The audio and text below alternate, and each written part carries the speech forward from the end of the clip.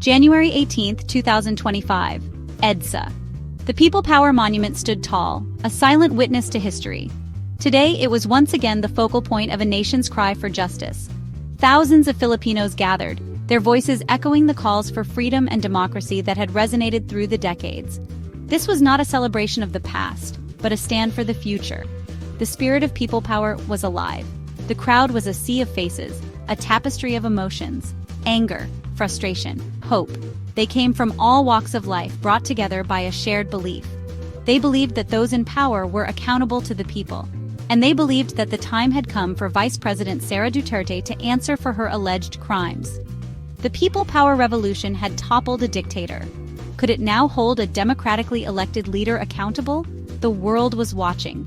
The Philippines was at a crossroads. The decisions made in the coming days would determine the fate of the nation. The stakes were high, but the spirit of people power was strong. The fight for justice had begun. The Impeach Sara movement was not born on the streets. It was ignited online. Social media influencers, content creators, and digital warriors were at the forefront of this movement.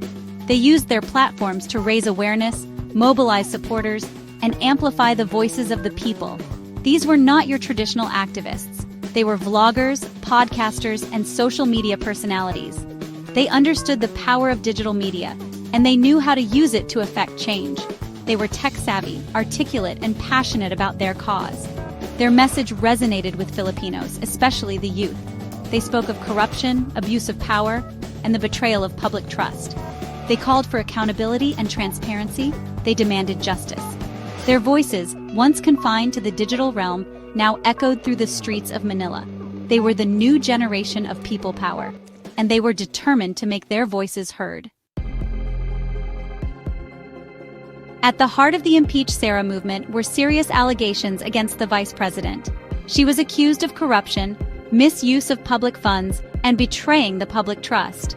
One of the most damning accusations involved the alleged misuse of over 612.5 million pesos, or roughly $10.5 million in confidential funds. Critics claimed these funds, intended for intelligence gathering and other sensitive operations, were diverted for personal gain. The allegations sent shockwaves through the nation. Adding fuel to the fire were accusations of death threats made against President Marcos Jr. himself. While the details remained shrouded in secrecy, the mere suggestion of such a threat from within the administration was deeply troubling to many.